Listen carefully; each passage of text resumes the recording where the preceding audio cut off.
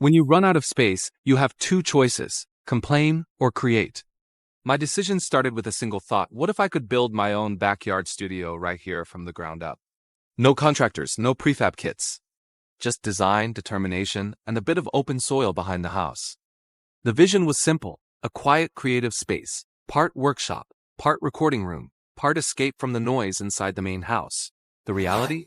It started with mud, measurements, and more mistakes than I care to count. The first step was planning. I sketched the design on graph paper, a 12 times 16-foot rectangle with a sloped roof, wide windows, and a small porch. I didn't want it to look like a shed. I wanted it to feel like purpose, solid, clean, minimal. After securing the permits and marking the layout, I started digging the foundation. Every shovel of dirt was a reminder that vision only matters when your hands back it up. I poured the concrete footings myself, mixing by hand, leveling every block.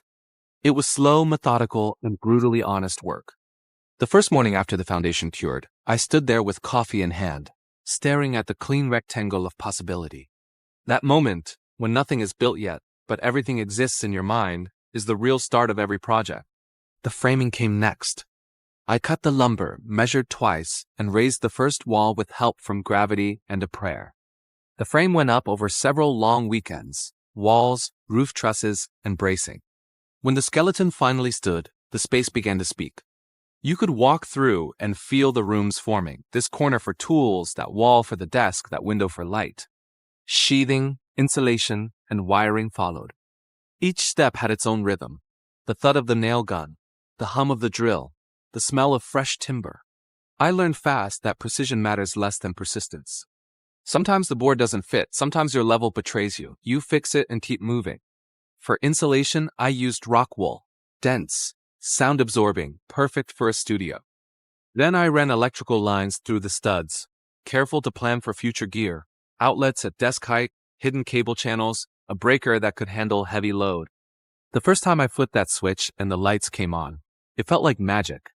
Inside, I went for contrast: natural wood against matte black hardware, warm LED lighting, and a simple acoustic layout. I built the desk from reclaimed plywood, floated shelves across the back wall, and added a thick rug to cut down echo. The goal wasn't luxury, it was focus. Every line, every texture, every surface had to make me want to create. Outside, I wanted personality. I clad the studio in vertical cedar slats and sealed them with a weatherproof oil. Over time, they'll gray naturally, blending with the garden.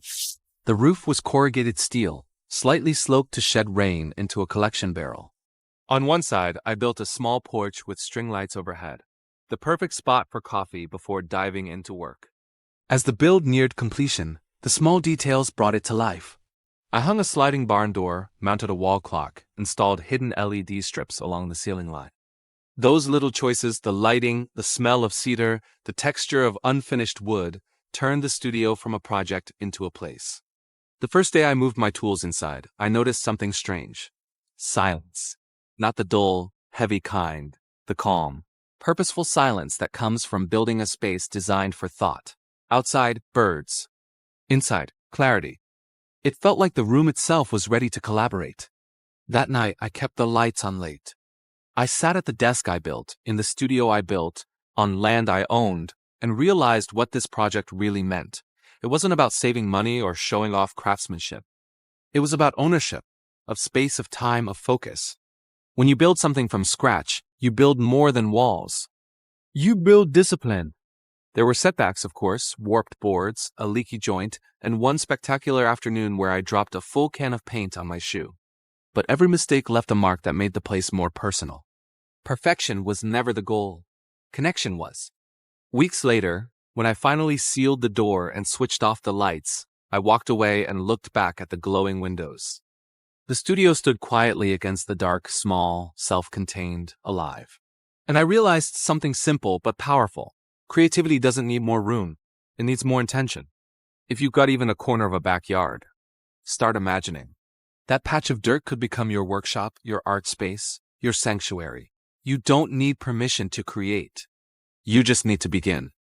Because building your own studio isn't about construction. It's about reclaiming control of your environment. And once you've done that, You start to realize you can rebuild anything, your space, your habits, even your mindset. So start drawing plans, pick up a hammer. Lay that first board. Because someday, when you walk into your finished studio, morning light spilling through the windows you installed yourself, you'll know the truth. You didn't just build a room, you built possibility.